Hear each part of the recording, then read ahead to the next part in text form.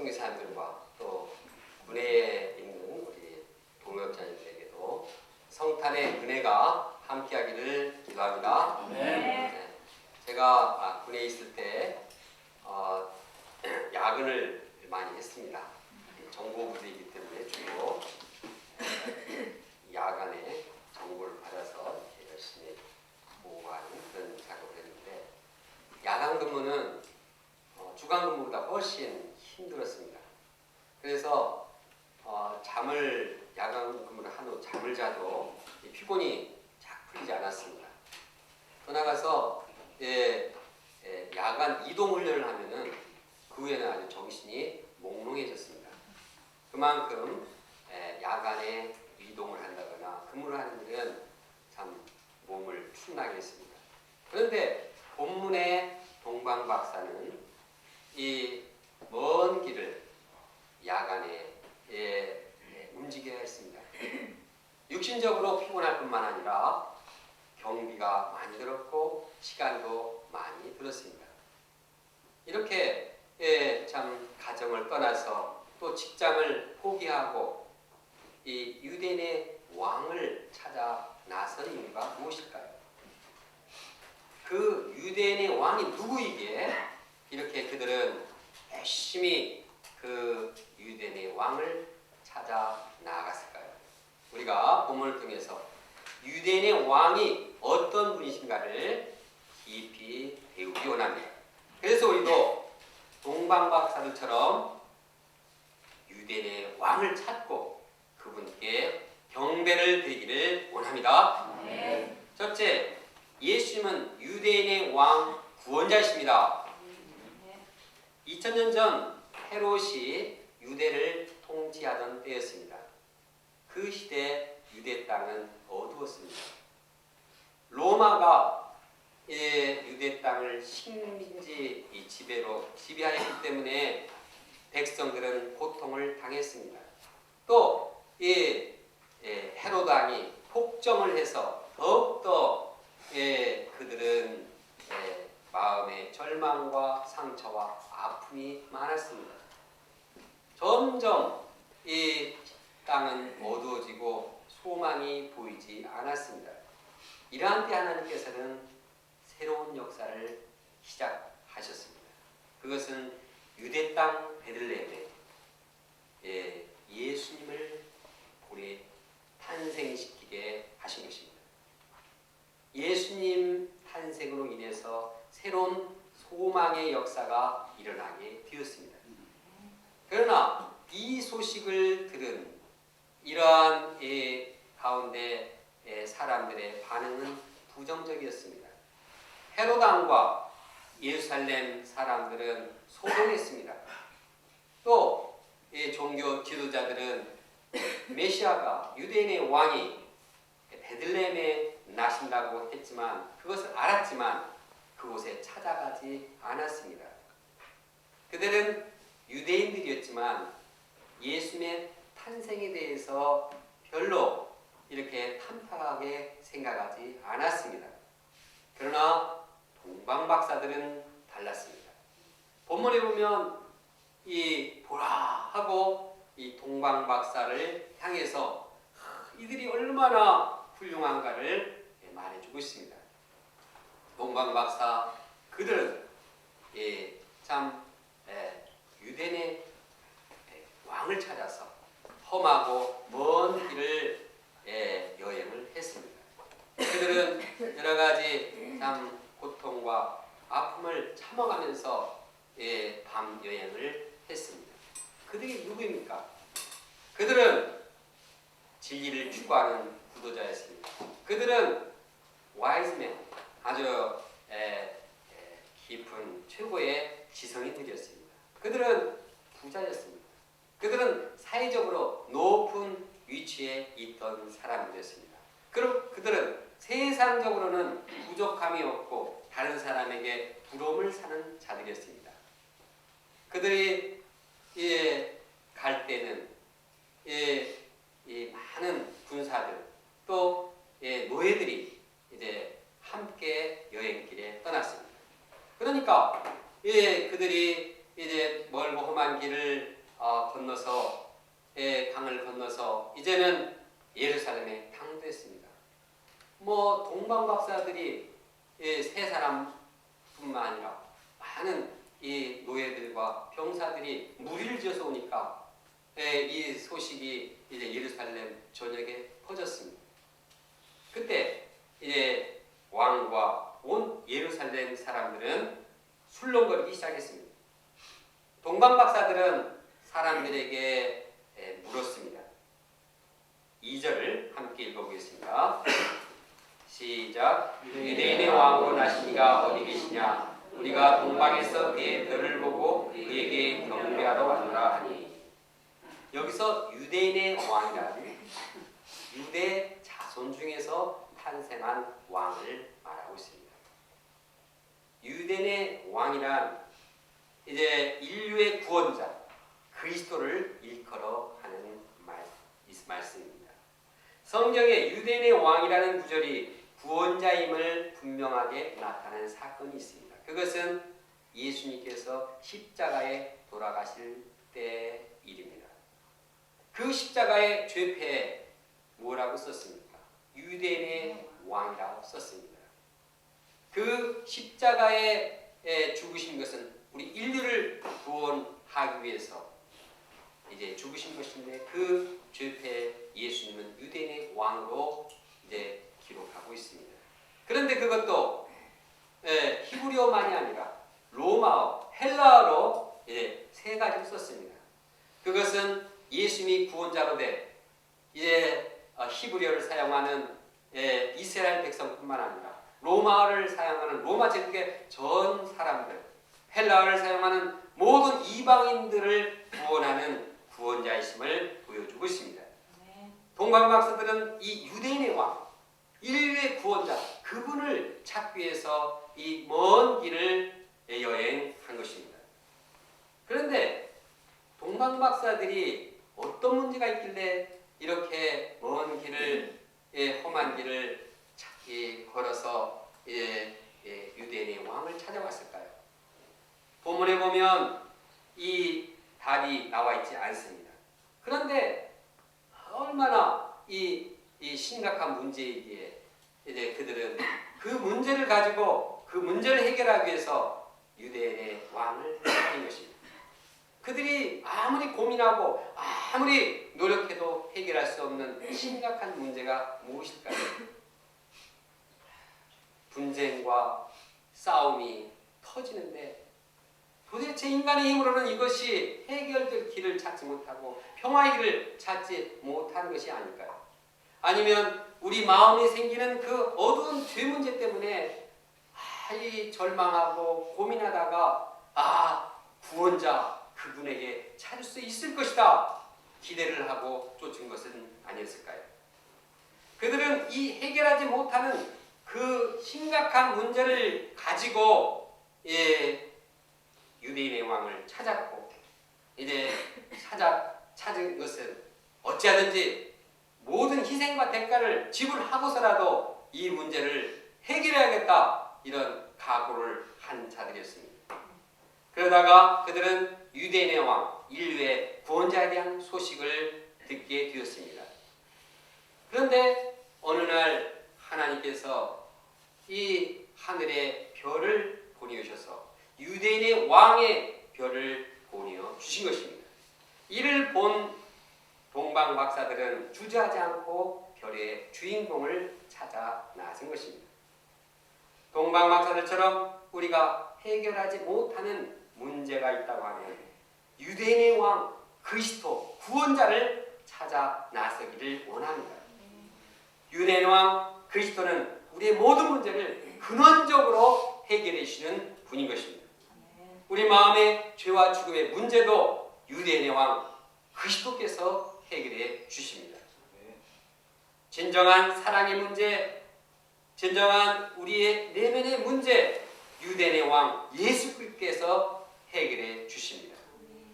우리 가정과 우리 교회에 해결되지 못하는 여러 가지 문제들도 예수 그리스도께서는 해결해 주시는 것입니다. 그래서 이제 우리가 유대인의 왕 예수를 만나면 고백하게 될 것입니다. 유대인의 왕 예수님, 당신이 진정으로 우리의 구원자이십니다. 그러므로 우리는 어떤 심각한 문제를 만나건 간에 유대인의 왕 예수를 만나면 해결된다는 확신을 가지고 도전해야 하겠습니다. 동시에 우리는 유대인의 왕 그리스도를 마음에 영접하기까지 노력해야 합니다. 마치 동방박사가 유대인의 왕을 만나기까지 먼 여행을 한 것과 같습니다. 세상에서 가장 먼 거리는 머리에서 가슴이라고 합니다. 어떤 유명한 김수환 추기경인데 그 사람은 이 사랑이 머리에서 마음으로 오는 데까지 70년이 걸렸다고 그런 말을 했습니다. 머리에서 가슴까지는 30cm밖에 되지 않습니다. 그러나 이 거리는 가장 세상에서 먼 거리입니다. 여러 가지 이 머리에서 마음까지 오기에는 장애물이 있습니다. 우리 인간의 본성이 이제 죄악되어서 이 본성이 예수님을 영접하지 못하도록 차단합니다. 사단이 차단합니다. 그래서 정욕과 이기심, 이런 마음의 쾌락, 이것이 가로막아서 이 내려오기가, 예수님을 영접하기가 너무 힘듭니다. 이 시간에도 아기 예수님을 영접하러 우리는 예배드리러 왔습니다.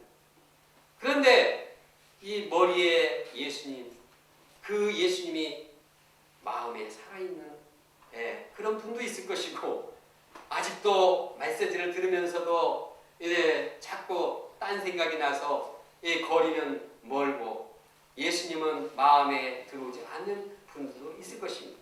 세상의 염려, 걱정, 여러 가지 마음의 헛생각이 예수님과 예수님이 우리 마음에 들어오는 것을 멀게 하는 것입니다. 그러므로 머리로는 예수님을 알지만 마음에 살아계신 예수님을 영접하기 위해서는 어떻게 해야 합니까? 우리 마음속에 동이 트고 샛별이 떠오를 때까지 말씀을 집중해야 합니다. 이는 제 말이 아니라 사도 베드로의 말씀입니다. 여러분의 마음속에 동이 뜨고 샛별이 떠오를 때까지 어둠 속을 밝혀지는 등불을 바라보듯이 그 말씀에 주의를 기울이는 것이 좋겠습니다. 베드로서의 공동 번역입니다. 우리가 말씀에 집중할 때 하나님께서는 마음의 돋눈에 샛별을, 예수 그리스도를 떠오르게 하십니다. 살아가신 예수 그리스도가 우리 마음에 떠오르기까지 말씀 여행에 집중하기를 원합니다. 그때 우리는 예수 그리스도를 영접함으로 모든 문제들을 해결할 수 없습니다. 이건 못해 하는 그 문제도 말씀을 통해서 예수님을 영접할 때 완전히 구원을 받고 해결이 되는 것입니다.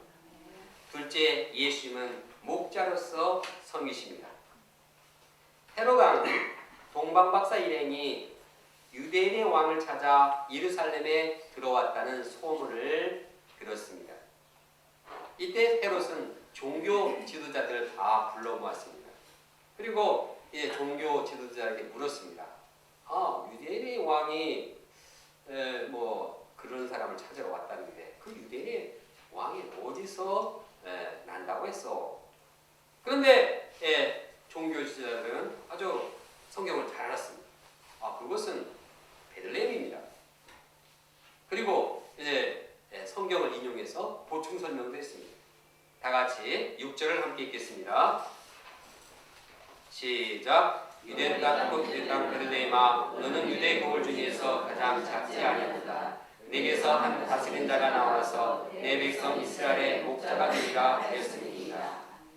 예수님은 유대인의 왕으로서 인류의 구원자이십니다. 만왕의 왕이십니다. 예수님의 능력, 예수님의 권세는 말할 수 없이 크십니다. 그 영광도 크십니다. 그러나 그분이 이 땅에서 구원의 역사를 이루는 그 자세, 목자로서 낮아진 것입니다. 목자로서 희생하신 것입니다. 당시 목자는 누구입니까? 목자는 양똥치는 사람입니다. 그 당시 목자는 무시받던 사람이었습니다. 그 당시 목자는 천대받는 사람이었습니다. 아무도 알아주지 않았습니다. 장가가기도 힘든 사람이었습니다. 그런 목자를 왜 예수님께서 목자로 표현을 했을까요? 그것은 예수님께서 얼마나 낮아지시고 희생하시고 섬기시는 분인가를 보여주고 계십니다. 예수님은 왕이시지만 목자이십니다. 예수님은 목자로서 마음의 모든 겸손과 또 하나님의 권능을 다 부인하고 낮아지셔서 한 아이로 탄생하셨습니다. 한 아이가 되셨고 또 이제 밥통이까지 낮아지셔서 태어나셨습니다.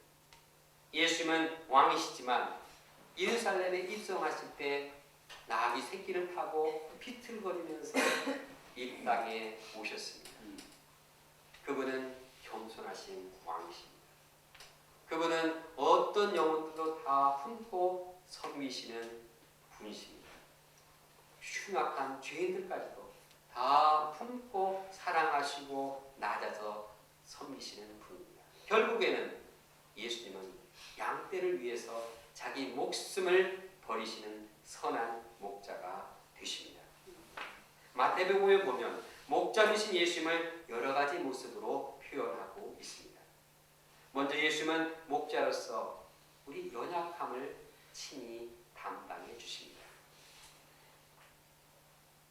예수님은 우리를 이제 연약한 부분을 강하게 도우십니다.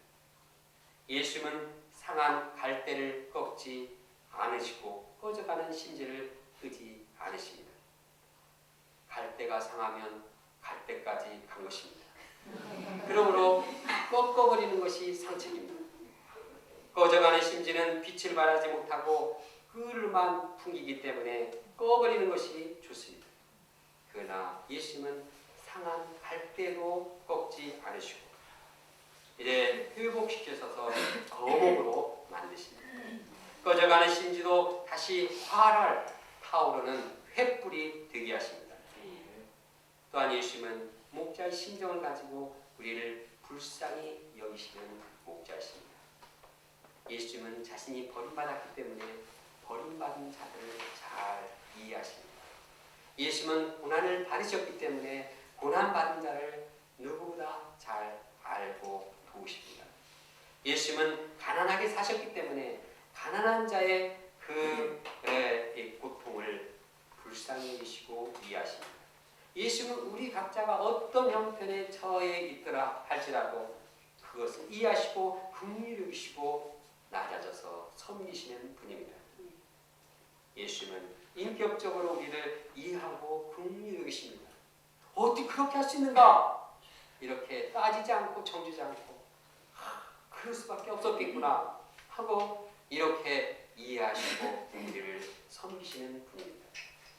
성탄절을 맞이해서 왕이시지만 목자로서 우리의 연약함을 감당하신 그 예수님께 감사하기 원합니다. 나같이 고집세고 쓸모없는 죄인을 긍휼히 여기시고 낮아져서 희생하시고 구원의 은혜를 베푸신 그 목자 예수님께 감사합니다. 연약한 나를 긍휼히 여기시고 이제 하나님의 거룩한 역사, 구원의 역사에 이제 동참케 하신 그 예수님께 감사합니다. 진정한 목자, 영원한 목자로서 예수 그리스도께서 지금도 우리와 함께 하시고 우리를 도와주심을 감사 찬양드립니다. 셋째, 예수님은 경배받기에 합당한 분이십니다. 헤롯 왕은 동방각 박사들과 함께 비공식 회담을 가졌습니다. 은밀하게 이렇게 데려와서 은밀하게도 안 되죠. 하여튼 정상회담을 가진 후에 방향을 줬습니다. 베들레헴으로 가라. 이제 헤롯 왕이 종교 지도를 통해서 주소 들은 게 있기 때문에 그쪽에 가면 아마 유대인의 왕이 있을 것이다. 그렇게 이제 방향을 줬습니다. 그러면서 가서 아기에 대하여 자세히 알아보고 찾거든 내게 구하여 나도 가서 그에게 경배하게 하라. 이렇게 말했습니다. 물론 헤롯이 아기 예수님께 경배하고자 하는 마음은 조금도 없었습니다.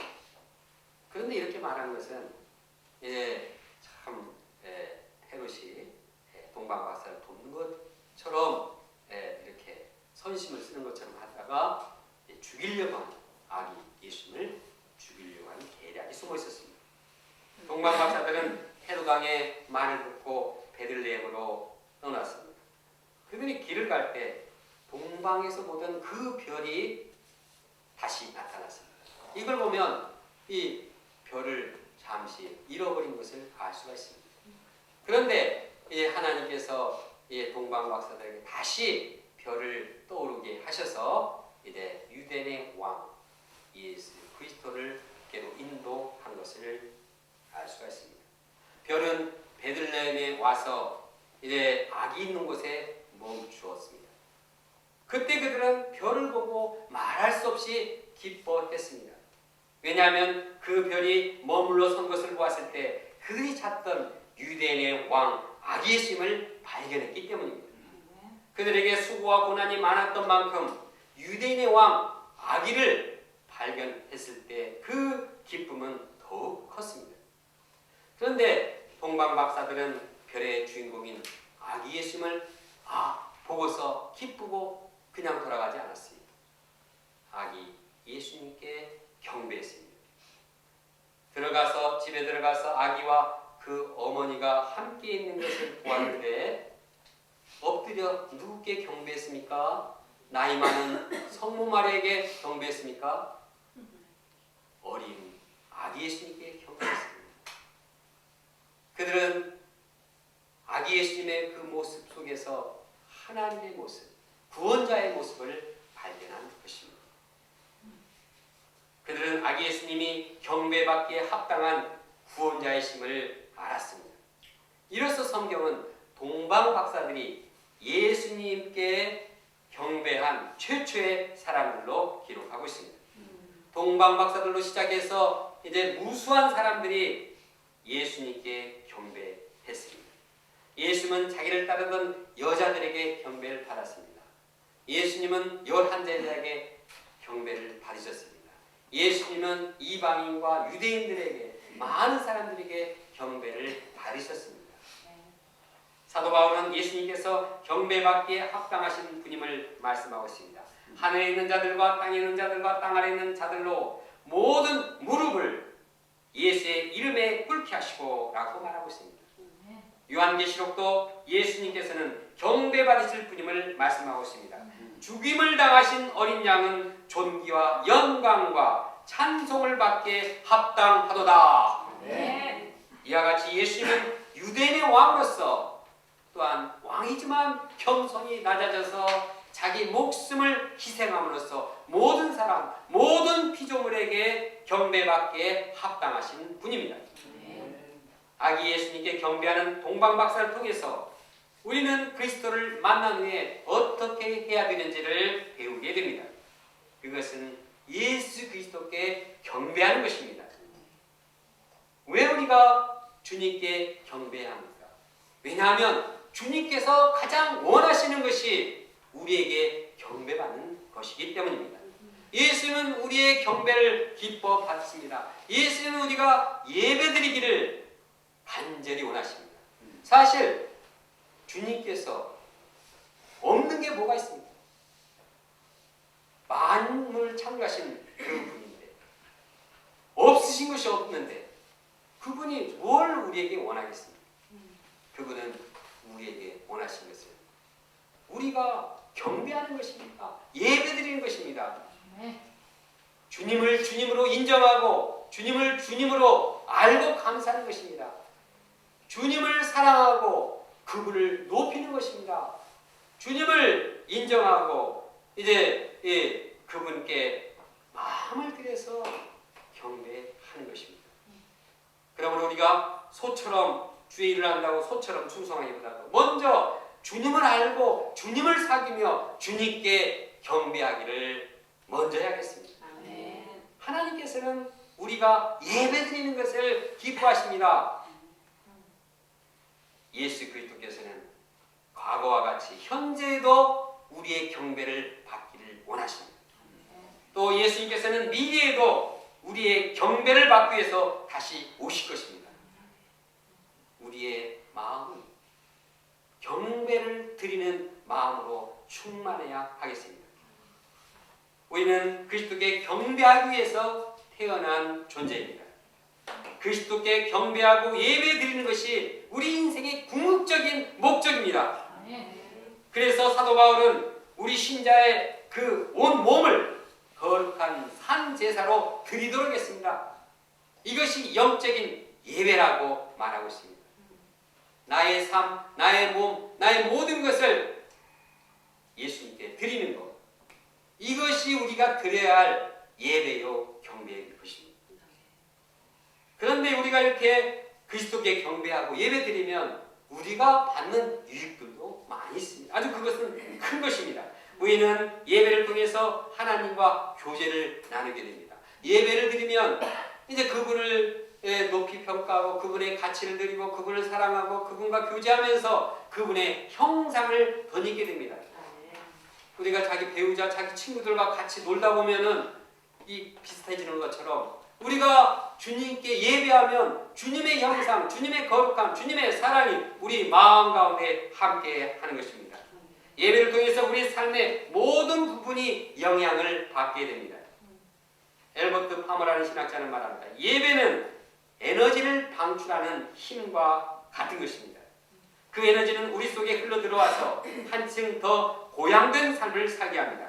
우리는 예배를 통해서 하나님을 만나게 되고 그 경험에 의해서 변화됩니다. 그 결과 우리는 보다 더 능력 있는 삶을 살아갈 힘을 얻게 됩니다. 이처럼 예배는 인생의 무거운 짐을 지고 이겨내는 힘이 됩니다. 세상과 싸울 수 있는 영적인 힘을 제공합니다. 우리가 어떻게 변화됩니까? 성경 말씀을 지식으로 아무리 가르쳐도 변화됩니까? 주님께 예배하고 경배할 때 말씀을 통해서 우리가 예수를 만날 때 우리의 인격이 변화되고 우리가 삶이 변화되고 우리의 성품이 변화됩니다. 예배는 이처럼 중요한 것입니다. 캔터버리 대주교였던 윌리엄 템플은 다음과 같이 말합니다. 예배만이 우리의 원죄이자 모든 악한 악의 근원인 자기중심적인 자세를 고칠 수가 있습니다. 그렇습니다. 신령과 진정으로 예배하는 것만이 모든 혼돈을 해결하고 인간을 죄에서 해방하는 유일한 길입니다. 주님을 향한 경배는 우리 영혼을 자유롭게 합니다. 우리 영혼을 변화하고 성장하게 합니다. 우리 마음을 아무리 변화시키려도 이게 변화가 됩니까? 그러나 주님을 예배할 때, 주님을 경배할 때 그 마음이 변화됩니다. 그리고 그 마음은 다른 사람들에게도 변화를 주는 것입니다. 그러므로 주님을 향한 경배는 인생의 진정한 행복과 즐거움이 되는 것입니다. 경배는 우리 영혼의 생명과 소망을 넘치게 하는 것입니다. 그러므로 성탄절을 준비하면서 우리가 무엇보다도 아기 예수님께 경배하는 일에 힘쓰기 원합니다. 연말에 많은 일도 부산하기 쉽습니다. 연말이 가기 전에 해야 할 일도 많이 있습니다. 그럴 때일수록 예수님께 대한 경배를 잊지 말아야 하겠습니다. 우리의 전 삶이 성탄절 시즌만이 아니라 우리의 전 삶이 주님께 경배하고 예배드리는 삶이 되기를 간절히 기도합니다. 동방 박사들은 아기 예수님께 경배하며 보배함을 열어서 황금과 몰약과 유향을 드렸습니다. 이 예물들은 예수님이 어떤 분인가를 나타내고 있습니다. 예수님은 왕으로서, 예수님은 우리의 죄를 사하시는 이러한 구세주로서 이 예물을 받으셨습니다. 또한 이 예물은 동방 박사의 고귀한 자신의 헌신과 정성을 드린 것입니다. 그들은 자신이 드릴 수 있는 가장 소중한 것을 주님께 드렸습니다. 실제로 이 예물들은 예수님이 애굽으로 피난 살던 그 시절에 유용하게 쓰였습니다. 이처럼 주님은 정성과 헌신의 예물을 받으시고 주님의 역사에 귀하게 쓰십니다. 저는 31년 전 12월 24일에 결혼주례 말씀으로 이 말씀을 받았습니다. 그때 저는 일생도록 주님을 경배하는 삶을 살고자 보배합을 드렸습니다. 그래서 장인 장모가 집을 얻으라고 준 물질을 다 헌금했습니다. 그러나 곰곰이 생각해보니 제게는 주님께 드리지 못한 더 소중한 것이 있음을 발견합니다. 그것은 제 마음입니다. 마음과 인격을 온전히 들여 경배하지 못했음을 발견합니다. 그러니까 이 귀한 마음을 이기심과 정욕에 빼앗겼음을 고백합니다. 제가 이를 회개하고 물질뿐만 아니라 마음과 인격을 주님께 드리며 열정적으로 경배하는 삶을 살아야겠습니다. 결론적으로 동방 박사들이 찾은 아기 예수님은 유대인의 왕이십니다. 그분은 인류의 구원자이십니다. 그분은 왕이시지만 목자로서 겸손히 낮아지시고 자기를 희생하시는 목자이십니다.